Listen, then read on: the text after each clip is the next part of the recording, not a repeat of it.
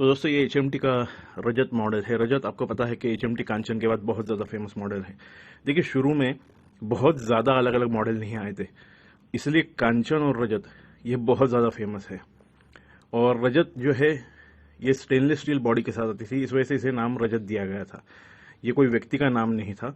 जैसे गोल्ड होता है कांचन, वैसे चांदी की तरह इसकी बॉडी है, केस जो है वो, तो इस वजह से रजत कहा गया था।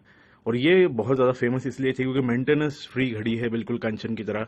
और ये फील्ड जॉब करने वालों की पहली पसंद थी, जो इम्पोर्टेड घड़ी नहीं लेना चाहते थे, जिन्हें स्वदेशी घड़ी चाहिए थी ऑटोमेटिक में, उनकी ये पहली पसंद होती थी। तो ये घड़ी जो थी ये आपने बहुत ज़्यादा देखी होगी, अलग अलग कलर में इसकी डायल आती थी, बहुत फेमस घड़ी थी। दोस्तों किसी ने पूछा था कि सर नई घड़ी जब हम लोग लेते हैं मैकेनिकल, तो उसमें कितना प्लस या माइनस हो सकता है। देखिए ब्रांडेड घड़ियों में 3 से लेकर 6 सेकंड तक का प्लस या माइनस जो है नॉर्मल पकड़ा जाता है। इसका कारण ये होता है कि दिन भर के टेम्परेचर में जो फ्लक्चुएशन होता है, फिर जो ग्रेविटी का असर बैलेंस पे होता है, इसकी वजह से ये प्लस या माइनस हो सकता है। तो ये मैकेनिकल घड़ियाँ हैं, इनमें बहुत सारे मूविंग पार्ट है, तो एनर्जी का फ्लो जो है वो भी थोड़ा सा आगे पीछे होता है, इस वजह से भी ये प्लस या माइनस में चलती है।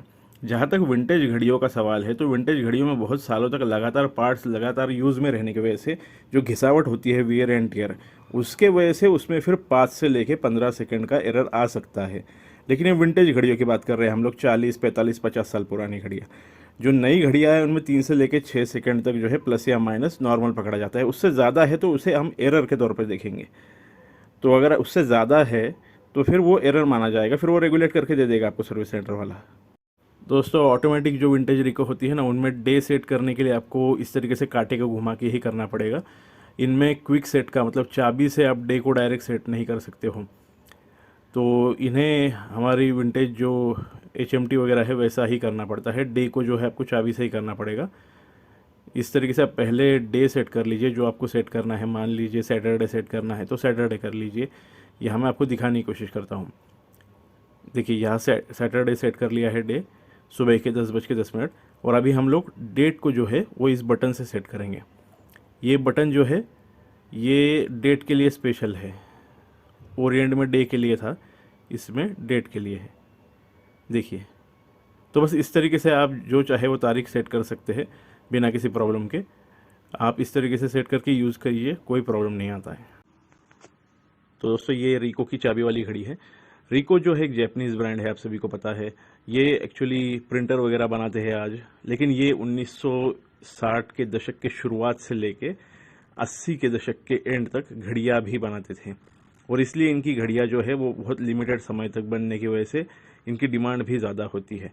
विंटेज घड़ियों के जो कलेक्टर है वो रिको को जानते हैं, वो समझते हैं, फिर वो चाबी वाली घड़ी हो या ऑटोमेटिक घड़ी वो कलेक्ट करते हैं।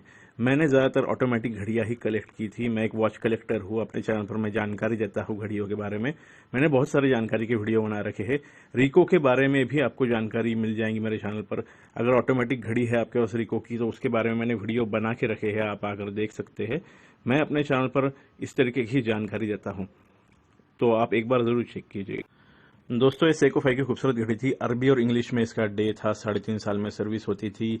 सेको 5 का मतलब क्या होता है, उसमें 5 गुण होने चाहिए। एक तो ऑटोमेटिक होनी चाहिए, उसमें डेडेड फंक्शन होना चाहिए, उसकी केस बहुत ड्यूरेबल होनी चाहिए, वो उसकी चाबी जो है अंदर धसी होनी चाहिए, क्योंकि वो सिर्फ 31 तारीख को स्किप करने के लिए ही यूज़ की जाती है।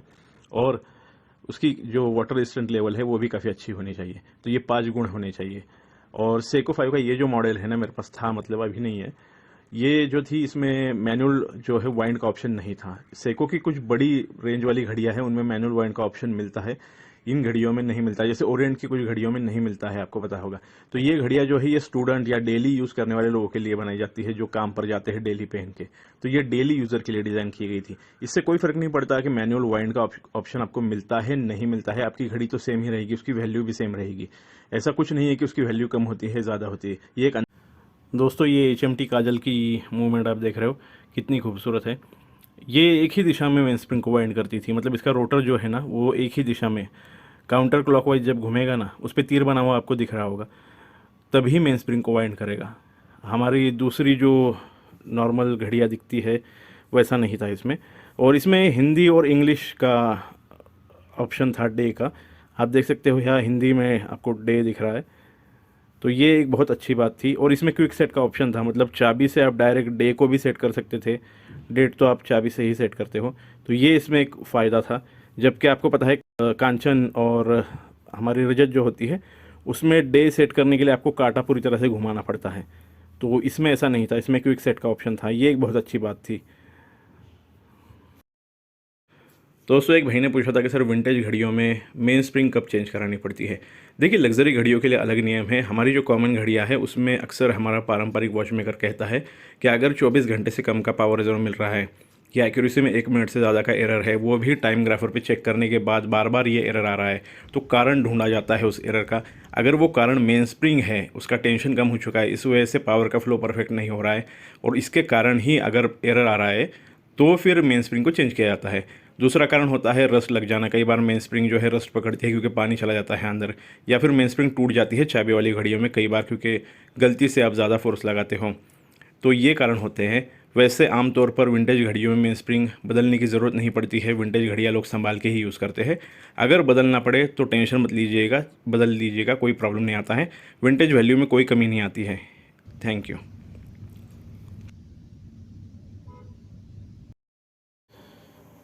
तो दोस्तों किसी ने पूछा था कि रिको के ऑटोमेटिक घड़ी का जो देखभाल है वो कैसे करें। तो भैया इन घड़ियों को आप डेली यूज़ किया करो। अगर आप डेली नहीं यूज़ कर सकते तो हफ्ते में कम से कम एक बार चाबी देखे रखा करो, मूवमेंट को रन होने दो। इनकी सर्विस 2.5 साल के आसपास कराया करो एक्सपर्ट वॉच मेकर से। क्या है कि इनके मूवमेंट में है ना व्हील्स में रस्ट पकड़ने का एक प्रॉब्लम बहुत ज़्यादा है, तो इसीलिए 2.5 साल में सर्विस कराना ज़्यादा प्रैक्टिकल है। अगर आप लेट करते हो तो फिर ये रस्ट जो है बढ़ भी सकता है। दूसरा, इन्हें नमी से बचाया करो, जो बरसाती हवा है उनसे बचाया करो, प्रॉपर बॉक्स में रखा करो, ऐसे ही टेबल पे छोड़ के मत जाया करो। दिन भर यूज़ करो, शाम में आप इसे एक साफ़ कपड़े से पोंछ के बॉक्स में रखो। बॉक्स में आप सिलिका जेल की पुड़िया भी रख सकते हो ताकि नमी से ये घड़ी बची रहे। इन घड़ियों को कोई भी वैसा प्रॉब्लम नहीं आता है। दूसरा, बस आपको रस्ट से थोड़ा संभालना पड़ता है, इसलिए बेसिन में हाथ धोते वक्त भी घड़ी को निकाल के जेब में रखिए, फिर हाथ धोइए। पानी से दूर रखिए। ये घड़ियाँ ईमानदारी से सालों तक आपका साथ देंगी। बस 2.5 साल में सर्विस कराना ज़्यादा प्रैक्टिकल होता है, बहुत लेट मत किया करो। यही मेंटेनेंस है, ज़्यादा कुछ भी नहीं है। Thank you. दोस्तों किसी ने पूछा था क्वार्ट्ज घड़ियाँ बहुत सस्ती होती है और मैकेनिकल घड़ियाँ बहुत महंगी होती है, तो सर क्या इसका कारण ज्वेल्स है? तो भाई ऐसा नहीं है। देखिए क्वार्ट्ज घड़ियों की टेक्नोलॉजी बहुत सस्ती है, उसका मैन्युफैक्चरिंग कॉस्ट बहुत कम है, वो सिंपल तरीके से बनाई जा सकती है और परफेक्ट बनाई जा सकती है।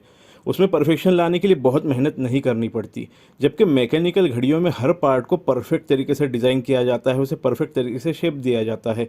उसमें बहुत ज़्यादा समय और पैसा जो है खर्चा होता है, मैन्युफैक्चरिंग कॉस्ट बहुत ज़्यादा हो जाता है और इसी वजह से ये मैकेनिकल घड़ियाँ महंगी होती है।